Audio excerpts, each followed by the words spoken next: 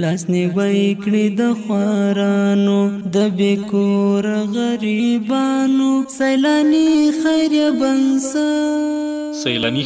بنسټ د هیواد په ګوټ ګوټ کې همیش د بېوزلو لاسنیوی کړی. د دې ترڅنګ یې ډیری هیوادوالو ته د دیني او عصري علومو د زده کړو زمینه هم برابره کړې ده.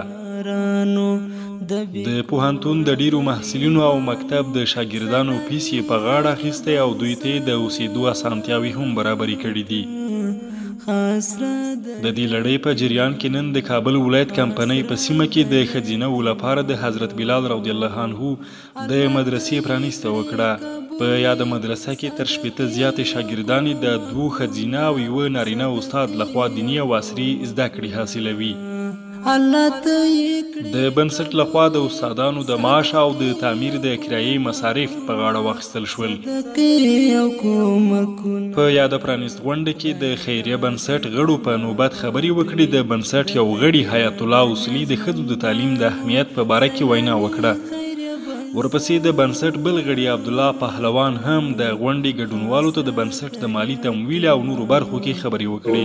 دروازه ټکو د دې لپاره ټکو چې یو غریب ته یو مرسته ورکړو، خو د موږ پیسې له کومې خوا راځي، د موږ مسافر وروڼه دي، ټول د موږ خپل کلیوال دي، هغه غریبان یې په سعودي کې جمع کوي او ما اصولي صاحب ته رالیږي دغسې تر یو غریب چې پورې رسوو. که هغه مدرسه یې که یو غریب کس یې، تاسې ټول کولی شئ. تاسې کې دلته څوک ناچاره یي، کم وسه یي، کولی شئ دلته تاسې ګاونډي ده مسافر.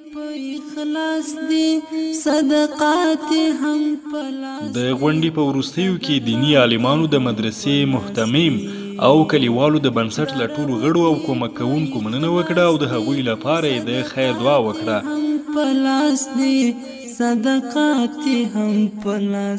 او د بنسټ 2 تنه مسؤلین حیات الله اصولي او ډاکټر عبدالله پهلوان احمدزی تقدیر کړل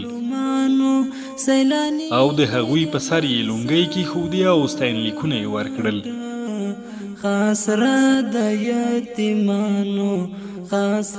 د یتیمانو لاس نیوی کړي د خوارانو د بیکور غریبانو سیلانی خیریه